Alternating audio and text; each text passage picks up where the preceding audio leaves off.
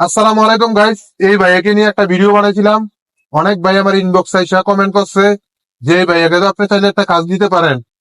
তো এই ভাই আসলে কাজ কামের যে সংকট, এখন বর্তমানে আপনি আমার এখানে থাকবেন, খাইবেন, ঘুমাইবেন, আমার টুকটাক যা কাজ আছে তা কাজ করবেন। আমি আপনারে সবকিছু খানা থাকা দিয়া 1,000 রিয়াল প্রতি মাসে দিয়া দেবো।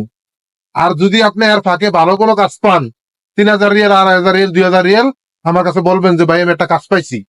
যখন আপনি আমার একটা কাজ করবেন, বিভিন্ন হোটেলে যাইবেন খানা নিয়া, তখন আপনার ব্যাপক পরিচিত হইব। অনেকে আপনাকে চিনবে।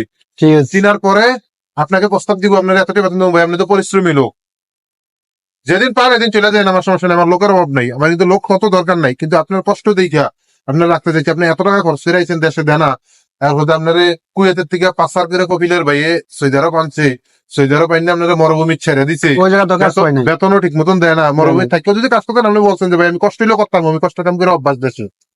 যেহেতু আমি কাজ করছি এখন আপনি অনেকদিন কি আমার যাবত। এই প্রস্তাবে রাজি? 1,000 রিয়াল দিয়ে দেবো, আপনার খানা থাকা দেবো।